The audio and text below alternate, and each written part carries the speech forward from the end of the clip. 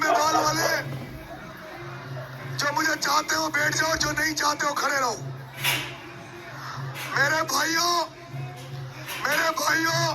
हमारे बीच में हमारे मुख्य वक्ता आदरणीय संजय सिंह जी हैं और संजय सिंह जी को सुनने के लिए जब वो बोलते हैं तो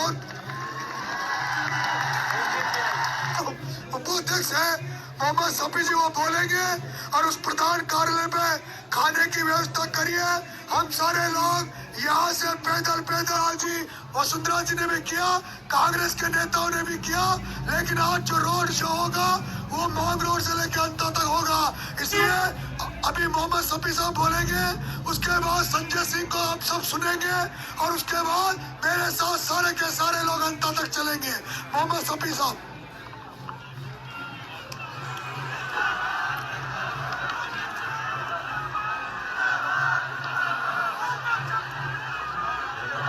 स्टेज पर तशरीफ फरमा, खास तौर पर इस अंता मागरोल विधानसभा के प्यारे, बहुत ही प्यारे प्रत्याशी नरेश मीणा जी और मंच पर आसीन तमाम संजय जी, बेनीवाल साहब और राजेंद्र गुड़ा साहब, आप तमाम को जो आज मेरे ख्याल पहले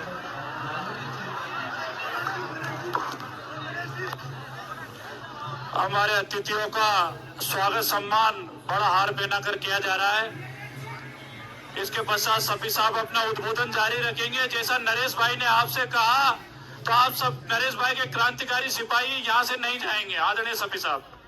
तो मैं बात करूं आपसे, आज यहाँ पर भगत सिंह जी से लेकर भरत सिंह जी की बात हो रही है। इस मंच से भगत सिंह जी से लेकर भरत सिंह जी की बात हो रही है और इस इनकलाब की आंधी को, इस इतिहास को आपका भाई, हमारा बेटा नरेश मीणा उसी इनकलाब को आपके सामने लेकर आया है। आप जानते हैं, अब से पहले ईस्ट इंडिया कंपनी जो इस सोने की चिड़िया को बर्बाद करके गई, आजादी के बाद आज अडानी इंडिया कंपनी देश को खा रही है। और ये बात आपसे संबंधित है, ये बात किसानों की बात है। किसानों को ये जानना चाहिए कि ईस्ट इंडिया कंपनी के बाद, आजाद होने के बाद भी क्या वजह है कि हम फिर गुलामी में जा रहे हैं, हमें फिर गुलाम बनाया जा रहा है। और वो गुलाम बनाने के लिए आपको मालूम है, भूमि अधिग्रहण बिल, उसका किस तरीके से भूमि अधिग्रहण बिल जो है, आज बिल नहीं है, कानून है। जो ये लॉ, लैंड एक्विजिशन लॉ है, वो लॉ किसानों की धरती को खाने के लिए है। और इसकी मिसाल अभी बिहार आपने देखा होगा,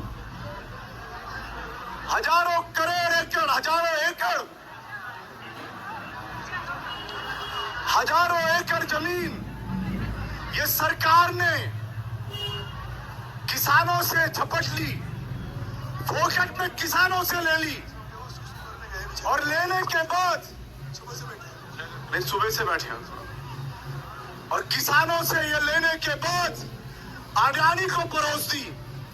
अरे शहर के शहर, गांव ये मोदी सरकार अडानी के लिए काम कर रही है। आसाम के अंदर 3000 बीघा जमीन किसको दे दी? अडानी को दे दी, सूखा बंदरगाह के लिए। ये बात क्यों आपसे कह रहे हैं? क्यों? क्योंकि आज देश को बचाने के लिए ये जिस तरीके से नफरत में डाल रहे हैं, ये नफरत की आंधी में हमें जो हमारे मुद्दे हैं उनसे भटका कर, याद रखिए, अगर आप लोग जानते हैं राम मनोहर लोहिया को, ये हमारे वो बुजुर्ग हैं जो इतिहास देकर गए हैं।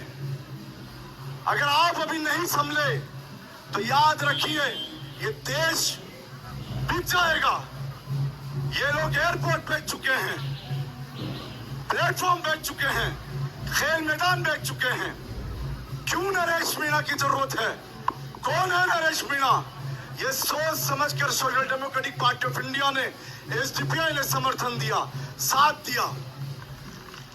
जो राम मनोहर लोहिया की बात मैंने कही, उन्होंने कहा था जिस दिन ये सड़क सुनसान हो जाएगी उस दिन ये संसद आवारा हो जाएगी। ये उस संसद से निकले हुए आवारा लोग हैं। ये ओम बिरला है, धारीवाल है, ये मनोज जैन भाया है। ये आपका नहीं है। और आपके बीच में जो लोग आ रहे हैं, जो अलग अलग आ रहे हैं, कोई प्रधान बन के, वो अपने स्कोर करने के लिए आ रहे हैं, आपकी लड़ाई लड़ने के लिए नहीं आ रहे हैं। इसलिए मैं अपनी इस बात को यही विराम देते हुए कि जो ये लड़ाई है, जो इन लोगों ने बदमाशियां की है, याद रखना चाहिए आपको। आजादी के वक्त भी मुसलमानों ने जब 22% थे 40